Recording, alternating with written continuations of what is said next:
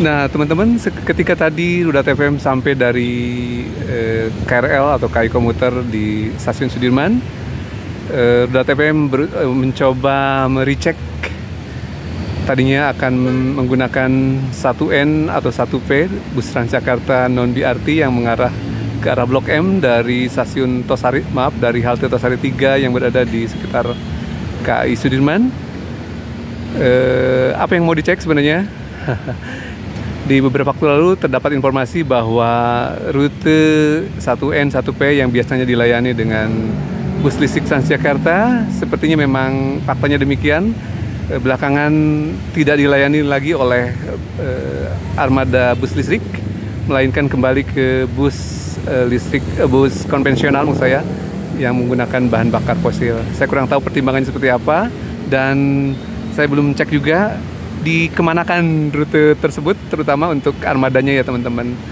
Setahu saya memang di masa Pak Anies, kurang lebih pada Maret 2022 yang lalu, pengoperasian bus listrik Transjakarta menjadi semacam momentum ya teman-teman, bahwa Pemprov DKI concern terhadap isu-isu perubahan iklim, perubahan pemanasan global yang sudah sampai di sekitar kita, bukan lagi utopia teman-teman ya, melainkan nyata berada di sekitar kita, di mana hujan ekstrim, suhu udara yang meningkat tajam, baik suhu permukaan maupun permukaan air laut teman-teman ya. Nah, salah satu terobosan dari Pemprov DKI adalah penggunaan bus Transjakarta yang pada tahun 2022 direncanakan aplikasi dari bus listrik adalah 100 unit dari Transjakarta ya teman-teman. Hingga Pak Anies purna tugas, hal tersebut bisa direalisasi namun jumlahnya baru 30 unit. Dan itu melayani beberapa rute, diantaranya Senen Blok M, Tanah Abang Blok M, dan ada juga Kampung Melayu, Tebet ke arah Karet ya teman-teman. Jadi sudah ada beberapa rute yang dilayani oleh bus listrik Transjakarta. Namun seperti saya lihat sekarang ada 1P. Nah, yang dilakukan adalah metrosan, namun bukan bus listrik teman-teman, kembali ke bus konvensional. Rudat FM belum mencari tahu kemana larinya bus listrik yang sejumlah 30 unit tersebut. Dan sebenarnya bus listrik yang direncanakan pada akhir 2022 adalah 100 unit. Kabarnya di bulan Maret 2023 sudah ada penambahan 22 unit. Artinya populasi bus listrik Transjakarta sudah direalisasikan sebesar 30 tambah 22, artinya sudah ada 48 ya teman-teman.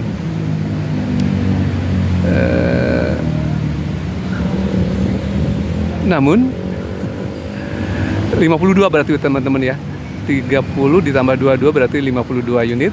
Artinya terdapat PR dari sisa target 2022 untuk pencapaian bus listrik, populasi listrik bus listrik Jakarta adalah 48 lagi. Namun yang saya belum lihat, yang 22 unit ini diaplikasikan di rute yang mana, dan kabarnya sebenarnya sudah diterima dari pengiriman dari provider atau vendor, yaitu sebanyak 22 unit yang baru ya, samping populasi yang sudah beredar sejak tahun 2022. Sebenarnya beruntung ya teman-teman, di Jakarta bus listrik bisa beroperasi dengan baik ya, sudah kurang lebih setahun lebih ya teman-teman, dan dikabarkan sudah menjalani kurang lebih 2 juta kilometer teman-teman dari populasi bus listrik yang beredar di Jakarta, sudah menjalani rute komersial ya teman-teman, bukan lagi rute uji coba, dan jarak yang sudah ditempuh adalah 2 juta kilometer dalam waktu 1 tahun 4 bulan ya teman-teman. Nah, jika dibandingkan dengan kota lain, maaf ya, kita coba compare dengan kota lain. Di Surabaya dan Bandung, pasca gelaran G20 di KTT di Bali, KTT G20 di Bali ya teman-teman, pada bulan November yang lalu, pemerintah membeli bus listrik kurang lebih sebanyak 25 unit teman-teman ya. Bus listrik yang berukuran kurang lebih sekitar 20 unit kursi ya teman-teman ya, yang bukan bus listrik ukuran besar, tapi bus listrik ukuran sedang, produksi Inka. Nah, setelah gelaran G20 selesai, Pemprov Jatim dalam hal ini Kota Surabaya mendapat hibah kurang lebih 15 unit dan 8 unit dihibahkan untuk Kota Bandung ya teman-teman. Jadi ada 17 ditambah 8 berarti 25 unit ya, yang X dari KTT G20 di Bali. Dan pasca gelaran KTT G20 di bulan November dioperasikan di rute Surabaya, Trans Semanggi Surabaya, dan Trans kalau tidak salah Pakuan ya di Bandung. Namun hanya berjalan ternyata 2 minggu saja teman-teman, dari tanggal 20 Desember 2022 sampai tanggal 31 Desember 2023. Sebenarnya ini proyek Kementerian Perhubungan teman-teman ya, dan BUMN dalam hal ini yang menjadi operatornya adalah Damri. Ternyata sekelas Kementerian Perhubungan pun tidak bisa mengoperasionalkan bus listrik secara penuh ya teman-teman.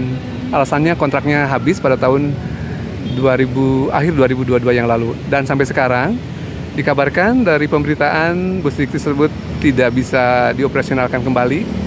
Belum ada rekontrak atau penandatangan kontrak baru. Dan artinya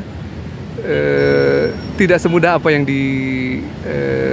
dibayangkan bahwa transformasi dari kendaraan konvensional kepada kendaraan listrik.